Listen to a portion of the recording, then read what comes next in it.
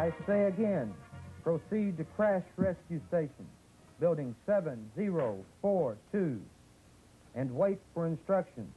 Out. May I help you? You've got an emergency. I can wait to check in. It's okay. It's just a safety drill. You sure had me fooled. I'm Captain Neville. Oh, you're the new safety officer. We've been expecting you. I'm Captain Kellum, the operations officer. Pleased to meet you, The whole idea of safety drills is to prevent accidents and thus reduce the loss of men and materials. It's worth noting that the Army's Aircraft Accident Prevention Program has been paying off.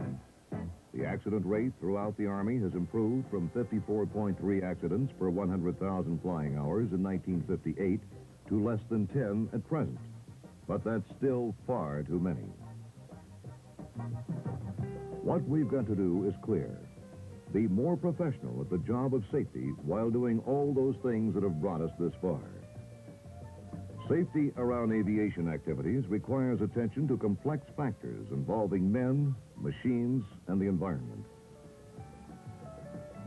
The fact is that about 70% of all aviation accidents are due to crew error, and thus, all those accidents, plus most others, are preventable. In order to have accident prevention, we must accept the fact that accidents can be prevented. Let's take an example. Wire strikes. Wire accidents, like all mishaps, are caused by unsafe acts and conditions. So, if we can eliminate the unsafe act through dissemination of information and continuous education and training of personnel, and correct these conditions over which we have control, then most accidents can be prevented. In the case of wires, they can be marked for easy identification. Of course, safety in avoiding wire strikes, like most acts of safety, is an individual as well as a collective responsibility. But, as a practical matter, safety requires leadership and correction. Therefore, the Army has assigned the organizational role of Unit Safety Officer at every echelon. In the aviation unit, he is called Aviation Safety Officer. I'm Captain Neville. Hi, I'm John Webb. We've been expecting you. I'll see if the colonel can see you now. Excuse me. But you should not think that the leadership responsibility for safety in the aviation unit belongs only to the safety officer. It begins with the unit commander. You can go in now. Thank you. Commanders at every echelon are responsible for conducting a continuous, vigorous effort toward the prevention of accidents in all operations and activities. Captain Neville reporting, sir. Welcome to the battalion, Captain. Have a seat. Thank you, sir. Do you have quarters? Yes, sir. I'm at the BOQ. Good. You're all settled then and ready to begin work? Yes, sir. I'm glad to have you here, Captain, because we are concerned with safety in operations. We've had a pretty good record so far, but there's always room for improvement. Thank you, sir. As a special staff officer, the aviation safety officer represents the commander in all matters pertaining to aviation safety. In this capacity, he should be delegated functional authority for the establishment, implementation, and administration of the Aviation Accident Prevention Program. It is also important that the commander establish the proper relationship between the ASO and the supervisors of the functional areas within the unit. To have an effective aviation accident prevention program, the commander must actively participate in it as well as support it.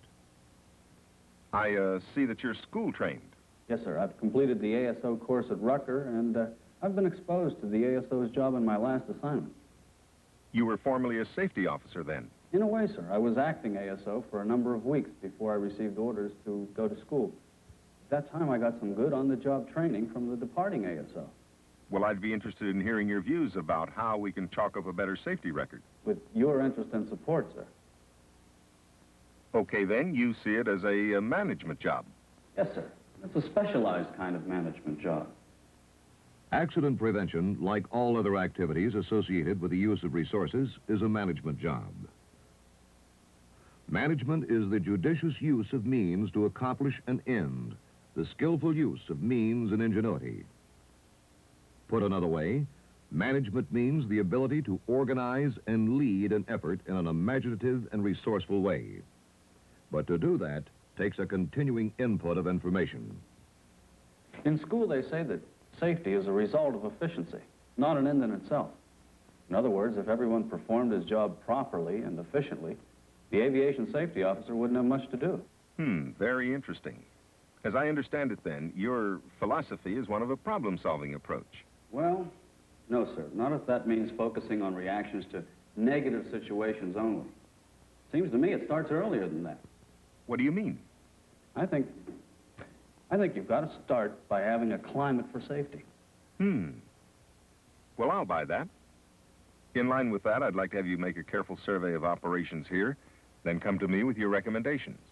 Yes, sir. I can start the survey right away. Well, that's fine.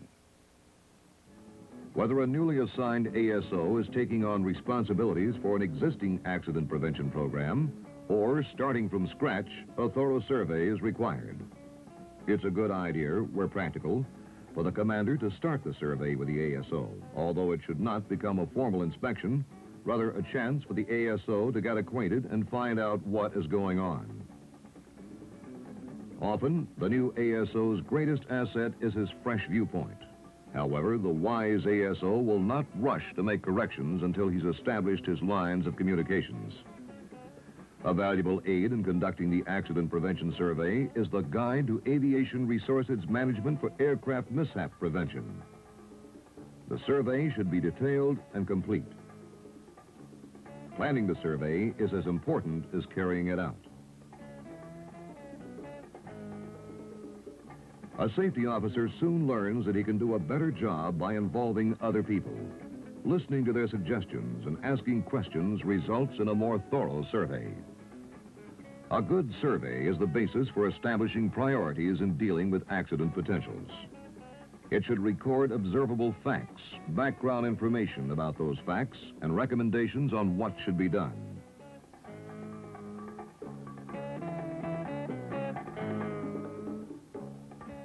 Finally, the survey report is one means for the safety officer and his commander to develop and implement corrective actions to improve the safety program.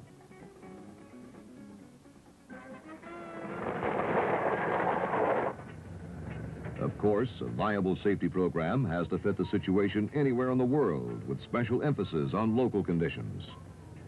Let's take a look at another ASO warrant officer assigned to an aviation company. It says in the directive that an aviation safety officer is one of the most mature and experienced aviators in the unit. I don't know that I'd describe myself just that way, but I do know it takes a lot of knowledge, experience, and hard work to be a good ASO. I guess most people consider the safety officer as a systems man. You're a little like a dentist, a great guy when you're not pulling teeth, doing your job. Well, the ASO's role is to save lives and property. Your successes go unheralded, and your failures come through loud and clear. Good morning, sir. Good morning, Sergeant Dunn. We all set for the safety meeting at the club? Yes, sir. Our guest speaker called from FAA. He'll be here at 1500. I have the TMs. How many do we expect? 14. Lieutenant Wilcox called to say his group would be there if they get back from their morning mission in time. Depends on when they get off. Sounds good. Be sure to call about the refreshments. Yes, sir. Obviously, The aviation safety officer has to wear many hats, so he is more effective when ably assisted. School-trained aviation safety NCOs are a valuable asset in this respect. Often, the NCO brings a depth of experience and expertise that improves programs immeasurably. Both the safety NCO and the safety officer have to get out from behind the desk to do the job. That is not to say there is no paperwork connected with the jobs, because there is a great deal, but rather that in order to really prevent accidents, the ASO must devote his time before the fact out in the field where accidents happen.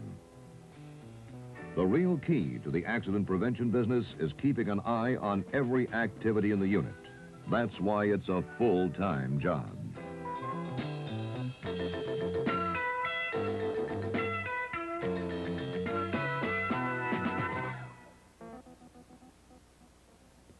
How are we doing in the safety department today? Oh, good as usual, sir. But I've got a little problem for you to help us solve. How's that? I was looking at some of the crew chief's work. I saw some jury rigs, unauthorized modifications. Give me their names and I'll jump all over them. Well, you know, Captain Whitney, I was looking for a little more permanent correction. Those guys are trying to help to get the mission done and do it a little bit easier. I suppose so, but... Some of these ways could be better if they were properly engineered, but at present they're dangerous. You see, what we should do is educate these men on how to get procedures and equipment improved and motivate them to submit their ideas. What can I do to help? Do you mind if I show you something? Not at all. Would you come with me for a minute? Sure.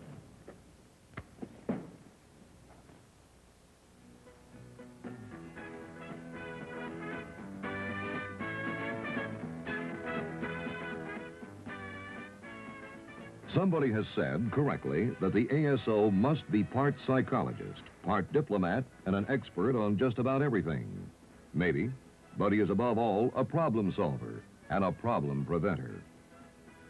The aviation safety officer must search for and help others find the most effective way to do whatever has to be done. He has to be consistent, too. It does little good to lecture on unsafe practices and then allow them to continue. On top of that, he needs to fly.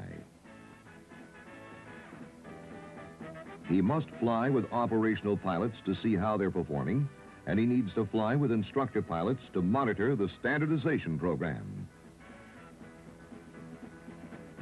Summing it up, the job of the ASO is like a good pre-flight inspection. You look at everything that affects the accomplishment of the mission.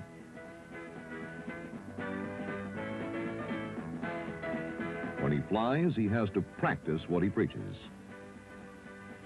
The safety officer's duties seem endless. One day he's flying, and the next he's monitoring the mess hall to better understand the unit's morale.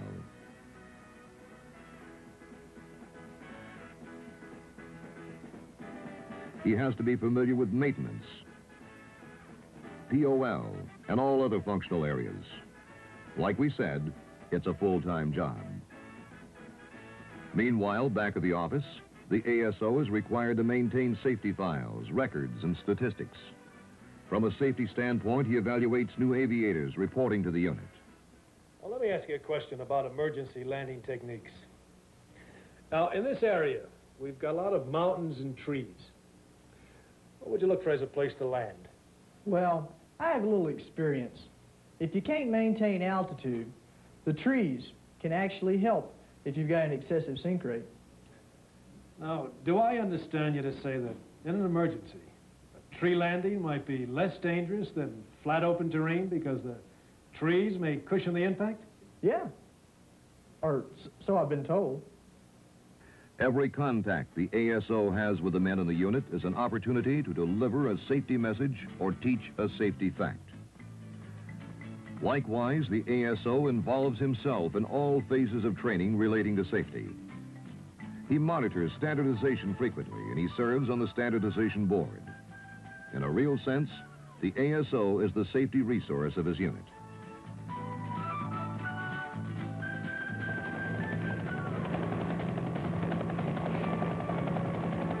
The aviation safety officer does not usually serve on the accident investigation board.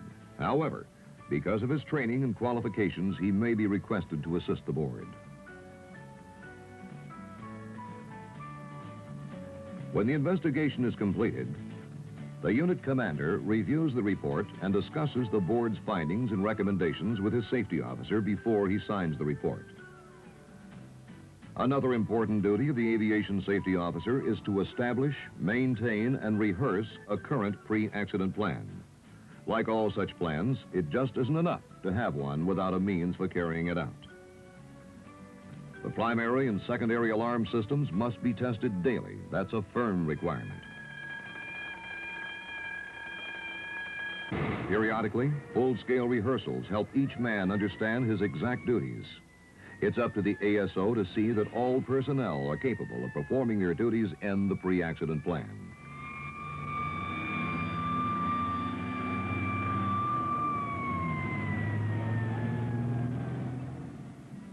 Further, the pre-accident plan should be reviewed at least monthly to ensure that it is current.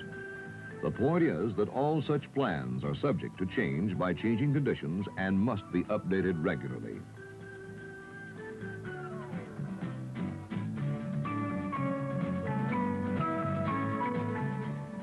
Still, another very important role for the ASO is as educator.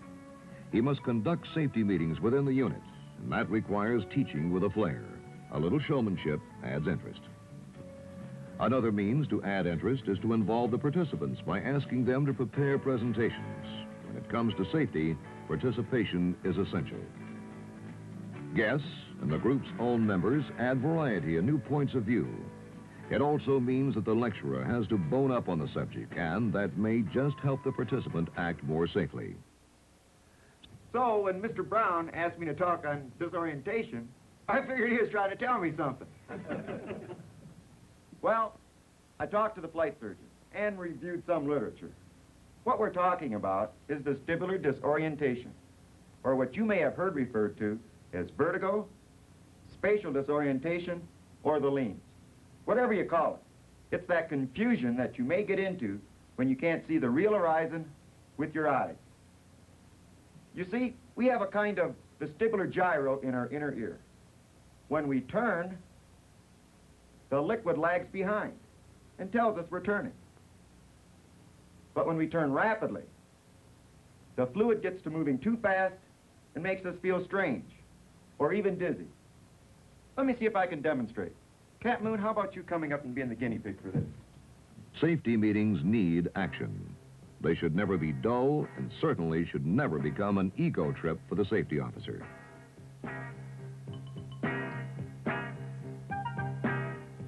Speaking of trips, the ASO should make them frequently throughout the unit area.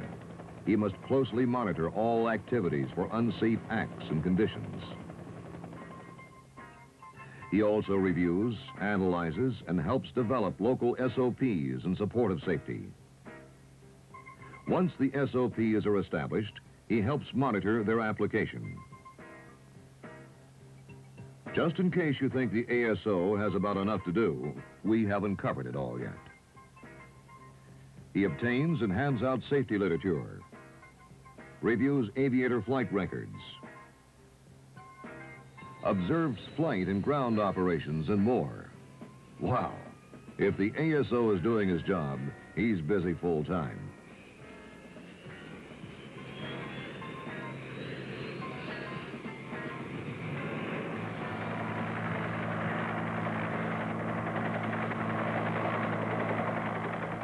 I'm Major Little, the Division Safety Officer. I've just completed observing Nap of the Earth training.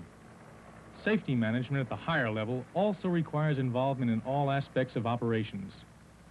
But that does not mean that the accident prevention effort interferes with mission accomplishment. A good safety program is nothing more than a plan for increased efficiency. In the final analysis, safety is a byproduct of job performance.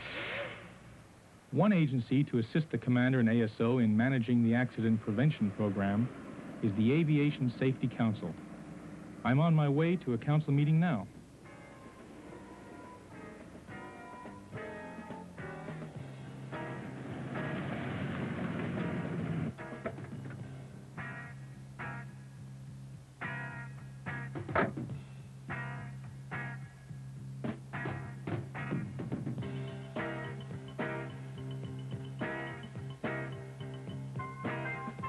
Safety councils at the unit or higher level of command represent a cross-section of the tenant units and support activities connected with the aviation organization. The ASO serves as a council resource, stimulating rather than dominating the group. At higher echelons, the several ASOs participate. First of all, I'd like to welcome 3 new members of our Aviation Safety Council: Captain Holmes, Captain McKee, and Mr. Mims. Gentlemen, in order to serve effectively, you must understand the purpose and functions of the council. So, before we get into the agenda items for today, I'd like to ask our Command Safety Officer to explain our duties and functions. Major Little? Thank you, sir. The purpose of an Aviation Safety Council is to promote accident prevention from the command level. We schedule meetings periodically to discuss all matters relating to safety. Our job is to promote accident prevention through the exchange of ideas, discussions, and reports of flight hazards or deficiencies. We must resolve all problems through command channels. The council should recommend to the commander safety policies, doctrines, directives, and instructions to promote the aviation safety effort. We analyze and evaluate information obtained from safety surveys and formulate recommendations for corrective action and improvements. Thank you, Major Little. I'm sure our new members now have more insight into the purpose of the council. The Aviation Safety Council president may appoint committees from the council membership to assist the unit safety officers in reviewing safety problems. The committees aid the safety officers in developing means to combat these problems and converting these methods into action for safety.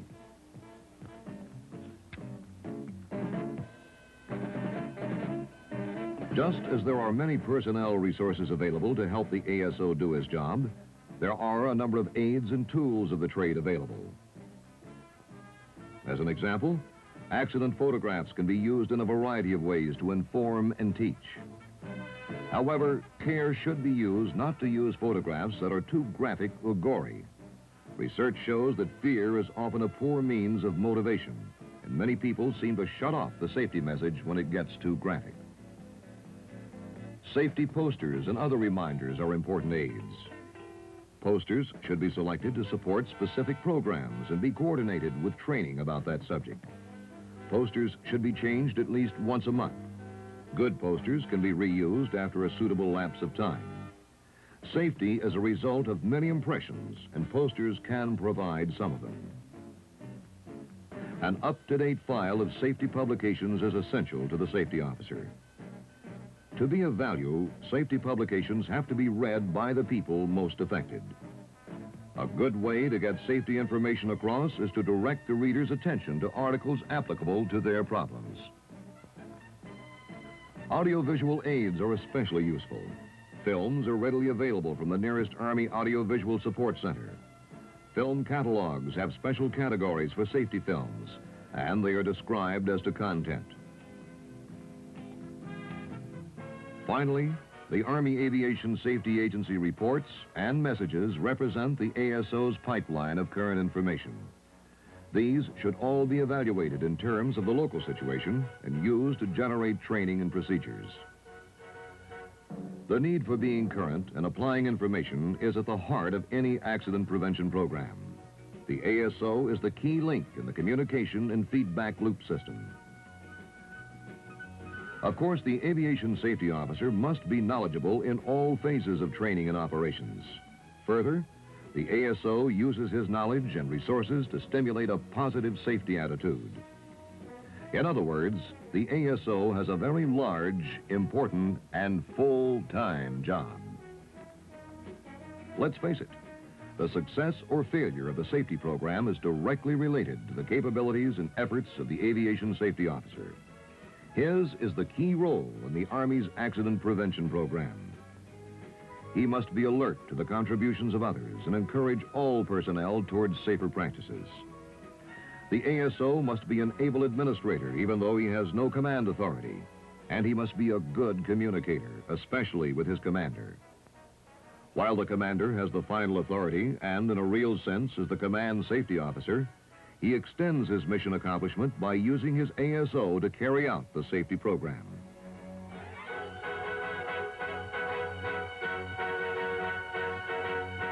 For the commander, the ASO, and every man in the outfit, the satisfactions of a good safety program are many. Among the positive benefits are the reduction of the loss of life, less injuries, lower cost of accidents, less loss of time, conservation of resources, less maintenance, and probably most important of all, an improved morale and a safe environment. When you think about it, safety is everybody's full-time job.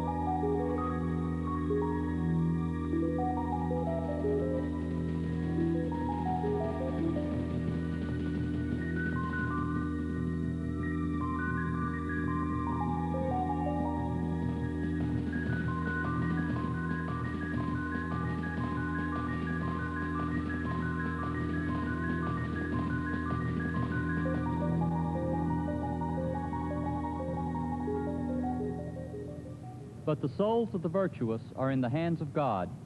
No torment shall ever touch them. In the eyes of the unwise, they did appear to die. Their going looked like a disaster. They're leaving us like annihilation, but they are in peace. Yet God did make man imperishable. He made him in the image of his own nature. But the virtuous live forever. Their recompense lies with the Lord. The Most High takes care of them, for he will shelter them with his right hand and shield them with his arm. Save me, O Lord, in your steadfast love. Save me, O Lord, in your steadfast love. In you, O Lord, I take refuge. Let me never be put to shame. In your justice, rescue me. Incline your ear to me. Make haste to deliver me. Save me, O Lord, in your steadfast love. Be my rock of refuge, a stronghold to give me safety. You are my rock and my fortress. For your name's sake, you will lead and guide me. Save me, O Lord, in your steadfast love. You will free me from the snare they set for me, for you are my refuge. Into your hands I commend my spirit. You will redeem.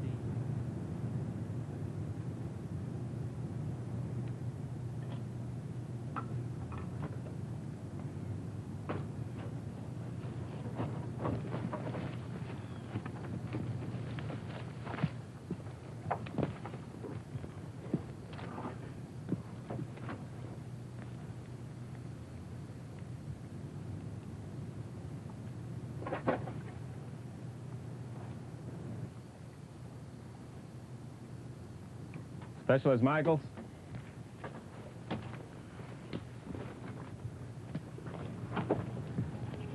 Want some shots of this wire assembly here, just the way it is right there, okay?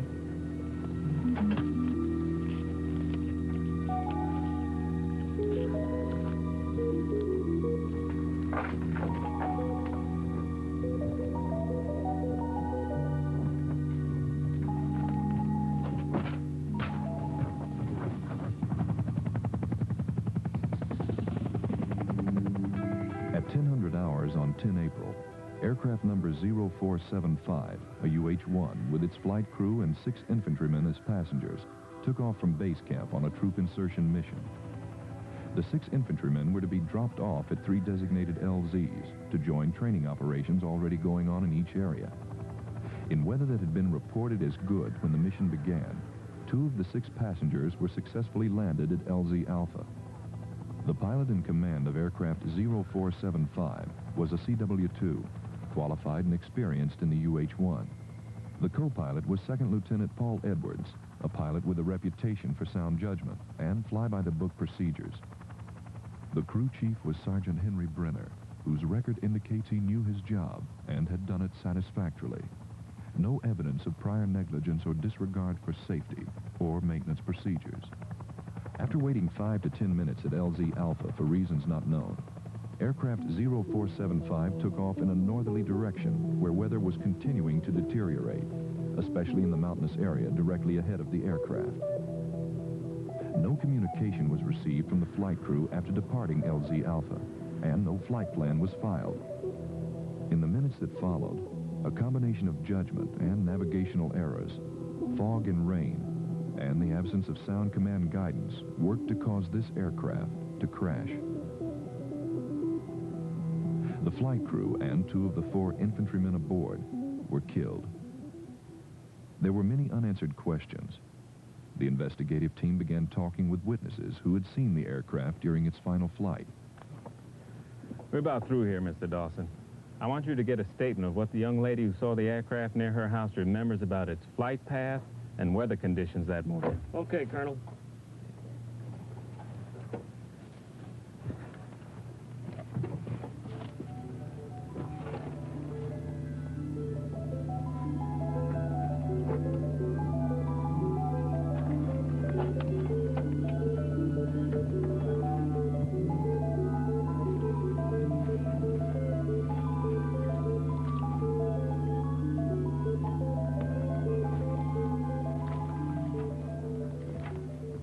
Miss Watkins, just take your time and tell me what you remember about that morning in the helicopter you saw. I'm going to be recording what you say to make sure that your words are heard by the investigation board. Whenever you're ready. Go on, Sue Ann. Tell the man what you saw. Well, it was around noon, and from the sound, I know it came across the ridge and through the field behind our house. It was real low, barely above the trees. I saw it head for the ridge over there. Then it went into the fog and straight toward the mountaintop. And then I went back toward the house, and that was just for the thunder. Thunder? What thunder? Well, my dad asked me about it at the time. I told him if it wasn't thunder, it could have been that helicopter up in the mountains. We didn't know that's what it really was until y'all came out here this morning.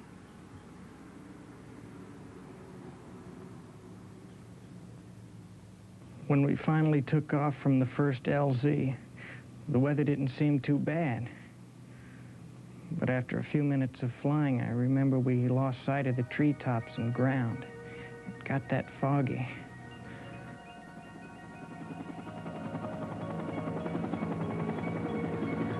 And all of a sudden, there were trees right below us. When we hit the trees, Private Drake and me were thrown clear of the helicopter. When I came to, it was just plain quiet. Only Drake was alive, and I was sure his leg was broken. I couldn't find any kind of survival gear anywhere, so I just made Drake as comfortable as I could.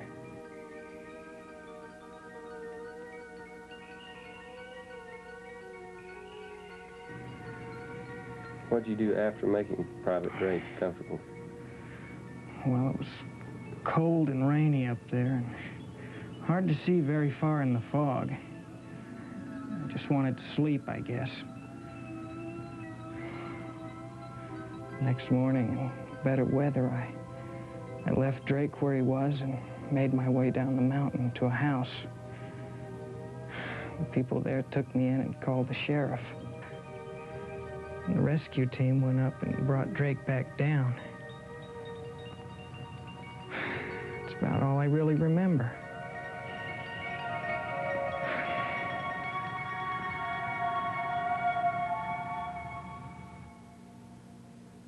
Further questioning of witnesses and other pilots revealed some interesting facts.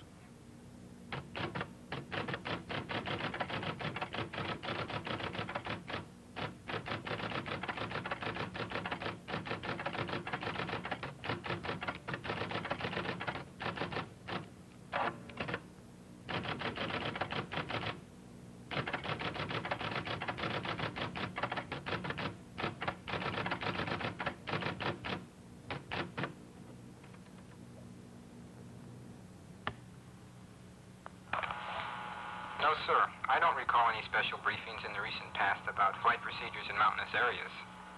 What is the elevation at the base camp airfield?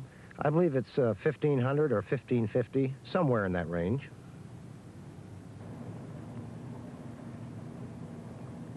To be honest, we had a weather forecast that morning which was favorable. But sometimes what we get isn't accurate for the mountains in that area. When I saw it start to go bad, I aborted. Well, thank you, Mr. Bryce.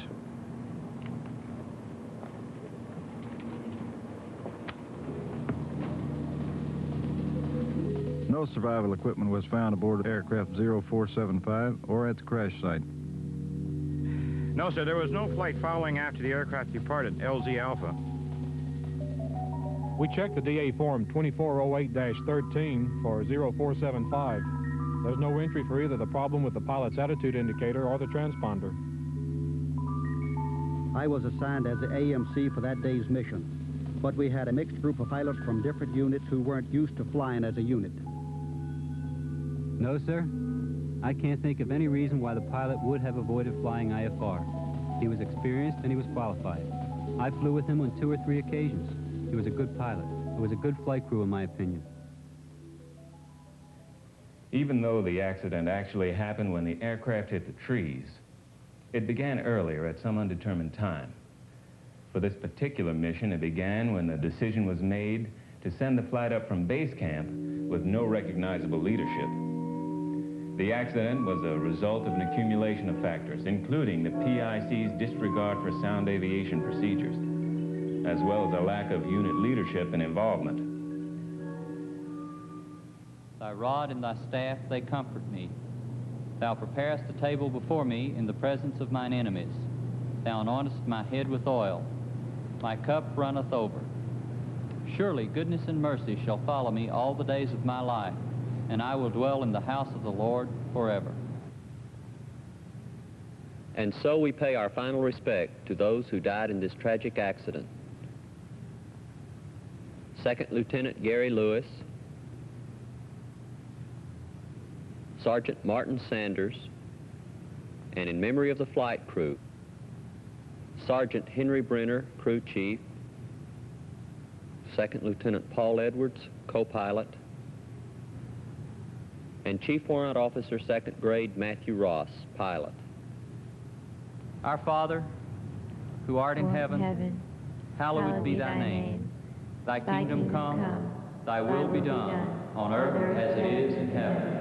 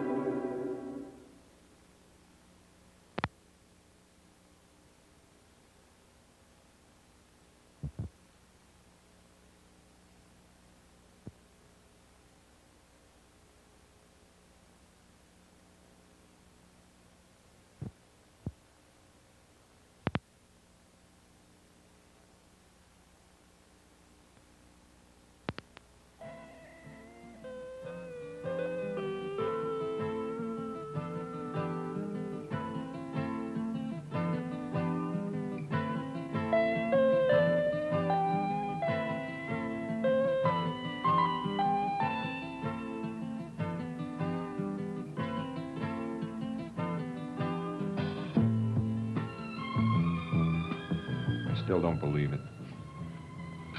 Doesn't seem real. How? How did it happen to us?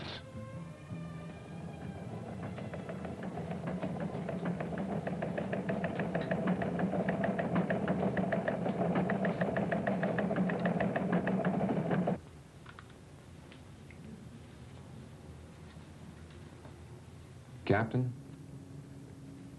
I contacted you twice about falling behind you during the flight. The second time, the distance had become almost 5 miles. I acknowledged your transmission both times, Kelly.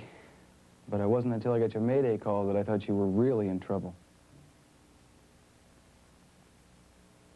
How do you put it together and make sense out of it? First Kelly, then me. Same day. And I'm out there to find him and Cutler. Some search and rescue that was. Okay.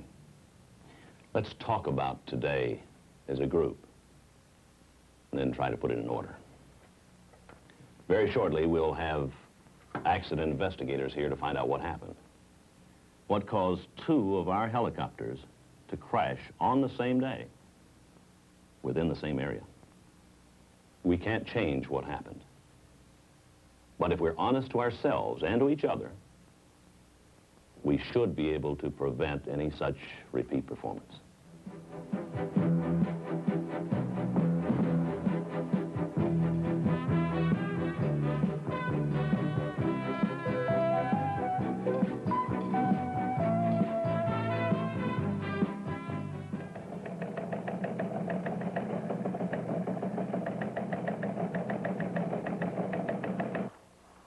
Helmets and gloves, on. On. Helmet visors, down. Down. Battery switch, on. On.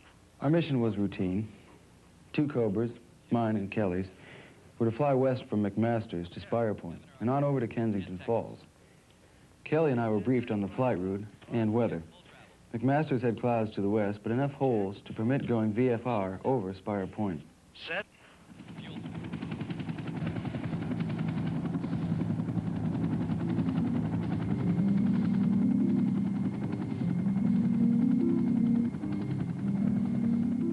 I was PIC of the 2nd Cobra, trailing behind Captain Nolan. As AMC, he was to squawk transponder code for the flight and make all calls. We knew from an earlier PIREP that cloud bottoms were at 2,000 feet to the west of McMaster's, and tops were about 9,500.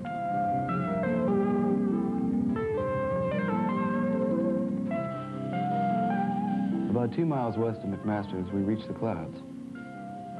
I decided to turn right and go around the west end of Spire Point, then proceed north to remain VFR. In trailing Captain Nolan, I established an airspeed of about 70 knots and an 800 feet a minute climb utilizing 40 pounds of torque. Our climb around Spire Point continued to about 8,000 feet. That's when I first called to advise the captain I wasn't able to keep up with him. Lead. I'm falling behind you, over. Okay, Kelly, I'm falling back.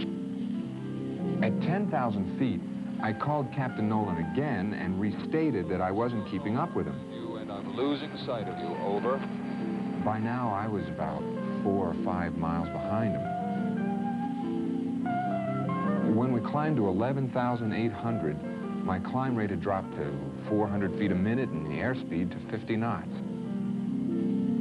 At 12,400 feet, we were looking at a great scenic view in the Spire Point area.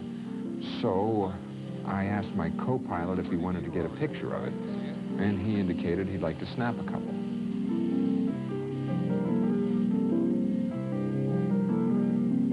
As I continued turning right to give Cutler a good view, I became aware of a rocky elevation directly in front of me. I decided to go over instead of continuing the turn. At this point, the aircraft leveled and rate of climb stopped. I remember the engine RPM was 6350. I started a cyclic climb which gained about 250 feet. Collective was stationary. To clear those rocks in front of us, I turned to the right. As the RPM kept decreasing, I turned left down slope. collective went down slightly. Now the controls were really sluggish and we were settling. That's when I made my Mayday call. Mayday, Mayday, this is Army 15608, going down. Vicinity of Spire Point. Come on, pull it up, pull it up. We crashed downslope, heading toward an upslope. The aircraft ended up on its left side with the canopy on the ground.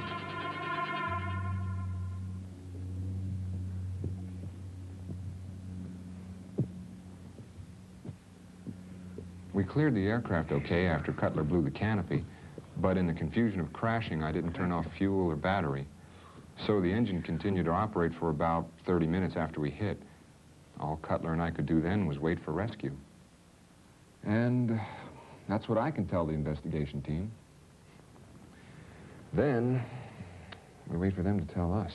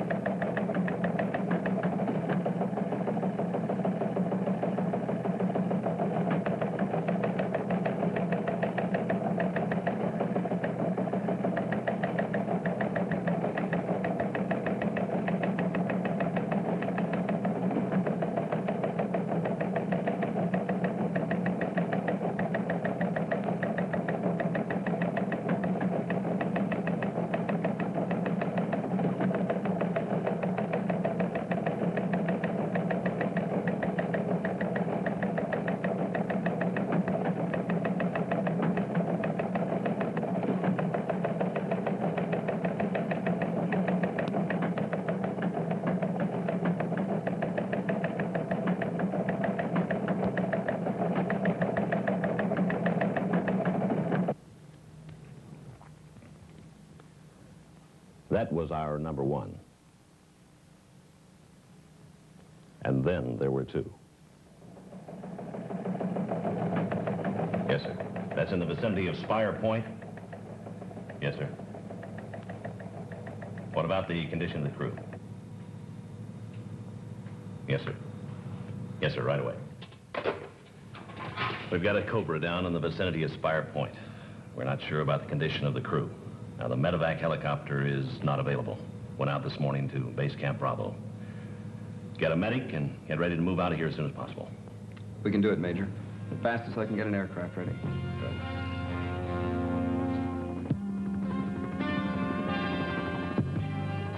At the airfield, Captain Sutton went to work getting an OH-58 ready. They'd just come in from a mission, and the gear from that flight had to be removed. Briggs, the senior aid man, put his first aid kit and 2 sleeping bags inside for possible use at the crash site. As we were doing this, another 58 was leaving the field.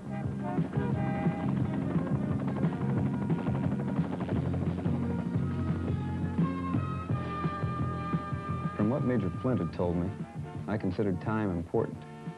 So I asked the pilot who had just brought the aircraft in to file my flight plan with McMaster's ops, which I found out when I got back didn't get filed. The pre-flight check on the 58 was pretty much eyeballed to save time. En route to the crash area, I made contact with the 58 pilot who departed McMaster's before us. Down Cobra and the crew, over. Kiowa 439, this is Kiowa 101, roger. He advised us that Kelly and Cutler had been located and picked up by another aircraft, and that they appeared to be in good condition. He was going back to McMaster's because he had a doctor on board. Roger out. We continued our mission with the thought that by pinpointing the exact location of the crashed Cobra, we could direct security or aircraft recovery teams to the site. Major Flint requested that I continue towards Spire Point, where he could get an azimuth reading to the downed Cobra. I remember I was flying upslope in a southeasterly direction. My airspeed was low, 20 to 30 knots. I thought I was flying downwind, but I was actually flying into the wind. I started a shallow right turn, rolling out of it, heading about 240 degrees, basically downwind. When I stopped the turn, I felt the aircraft shudder. I ran out of left pedal and started losing directional control, so I increased collective pitch, but the aircraft kept settling. By now, I was about 10 feet above the ground and airspeed was unreliable. About 3 feet above a ledge in vertical descent, I got the RPM warning light, an audio alarm. When I realized we were going to crash, I applied slight forward cyclic. The vertical stabilizer hit the ground, and I applied aft cyclic. Then the aircraft yawed sharply to the right, and we hit the ground, rolling into our left side. There were no injuries, just wounded pride. You, Kelly, Cutler, me. Wrong, Captain. Not just you, Kelly, and Cutler. All of us. We lost 2 aircraft today. Not by chance or fate, but because we all got careless and hasty. Mistakes of omission and commission. Improper pre-flight planning. Hurried pre-flight checks. Ignoring weather forecasts and conditions during flight. Sacrificing safety procedures to expedite flight operations. Taking action without thinking first.